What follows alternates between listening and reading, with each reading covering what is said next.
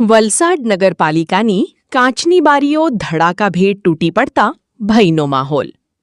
વલસાડ શહેરના વ્યસ્ત વિસ્તારમાં આવેલી નગરપાલિકા ઇમારતમાં બપોરના સમયે અચાનક કાચની બારીઓ અને લગાવવામાં આવેલા પતરા ધડાકાભેર તૂટી પડતા હડકંપ મચી ગયો હતો.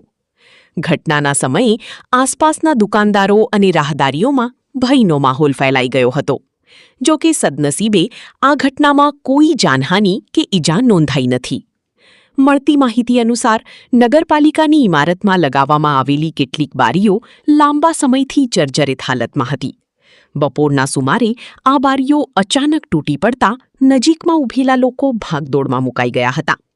ઘટનાને પગલે વિસ્તારના વેપારીઓમાં દહેશત ફેલાઈ ગઈ છે, કારણ કે આવી જર્જરિત બારીઓ ગમે ત્યારે તૂટી પડવાની શક્યતા યથાવત છે. ખાસ કરીને આ વિસ્તાર શહેરનો ભરચક વિસ્તાર ગણાય છે, જ્યાં રોજ હજારો લોકોની અવરજવર રહે છે. માર્ગ પર જ્વેલર્સ, કપડાં અને કરિયાણાની દુકાનો આવેલી હોવાથી દિવસભર લોકોની ભારે ભીડ રહેતી હોય છે. આવી પરિસ્થિતિમાં જો કોઈ મોટી દુર્ઘટના બને તો તેની જવાબદારી કોણ લેશે તેવા સવાલો પણ ઉઠી રહ્યા છે.